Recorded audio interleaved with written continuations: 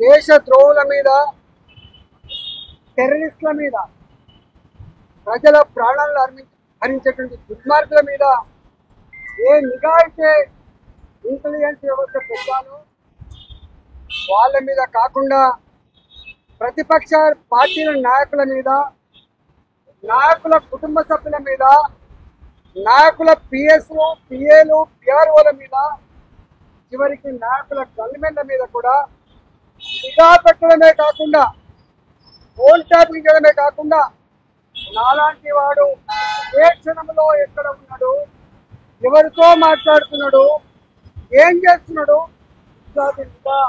ఇవాళ కొత్తగా పెట్టి 2018లో నేను హైదరాబాద్లో పోటీ చేస్తున్నాడు, నన్ను ఓడగొట్టాలని చెప్పి మొట్టమొదటి ఈనాడు ఇంకా గవర్నమెంట్ ఉన్నా 2021లో హైదరాబాద్ బై ఎలక్షన్స్ వస్తే 6 నెలల కాలం పాటు అక్కడ ఎన్నికల ప్రచారం చేస్తే పొద్దున సాయంత్రం నేను ఏ కార్యకర్తతో మాట్లాడుతున్నా, ఏ ప్రజలతో మాట్లాడుతున్నా, ఏం మాట్లాడుతున్నా ఇవన్నీ కూడా ట్యాప్ చేసి రాత్రి కల్లా మన ఇళ్లలో పోయి ఇదాను ఇతరులతో మాట్లాడినావు, ఇది మాట్లాడినావు, నువ్వు ఆయనకు కనుక సపోర్ట్ చేస్తే నీకు నష్టం ఇది జరుగుతుంది, లేకపోతే నీకు ఇంకో ప్రలోభ పెడతా అని చెప్పి డబ్బుల ఆశ చూపి, పదవుల ఆశ చూపి, అధికారంతో బెదిరించి ఇవాళ ఓడగొట్టేటువంటి దుర్మార్గంగా ప్రయత్నిస్తున్నా. ఇవాళ వందల ఎవిడెన్సెస్ ఇవాళ జరుగుతుంది.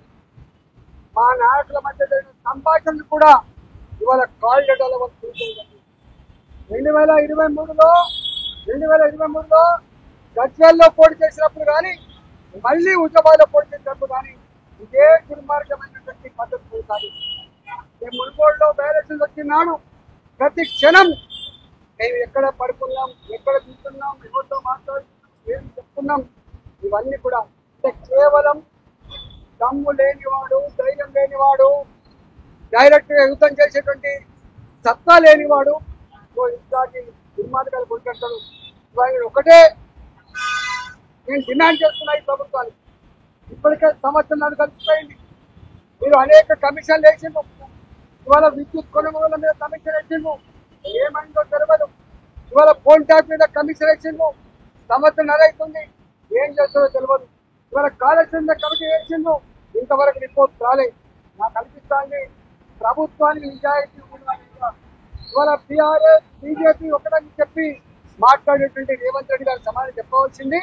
ఇవాళ మీరు కనుక బీఆర్ఎస్, కాంగ్రెస్ పార్టీ కనుక లోపాయికారి ఒప్పందం లేకపోతే, లాలించి పడకపోతే ఎందుకు తూటు మంత్రంగా, ఎందుకు నచ్చ నడకన ఈ ఎంక్వైరీ జరుగుతూ ఉన్నాయి, ఎందుకు ఎంక్వైరీ రిపోర్ట్ బయటపెట్టలేరు, ఎందుకు బాధ్యుల మీద చెప్పలేరు, సమాధానం చెప్పాల్సిన బాధ్యత ఈ రాష్ట్ర ముఖ్యమంత్రి గారు. ఇవాళ ఇంత బాధ ఏంటంటే ప్రభాకర్ రావు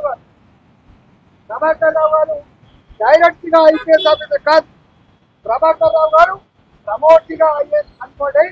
ఇవాళ కేసీఆర్ తన సుద్దరితమా, తన చెప్తే పని నమ్మకంగా చేసేవాడా అంటే ఆఫీసర్లు చట్టాన్ని లోబడి పనిచేసేవాళ్ళు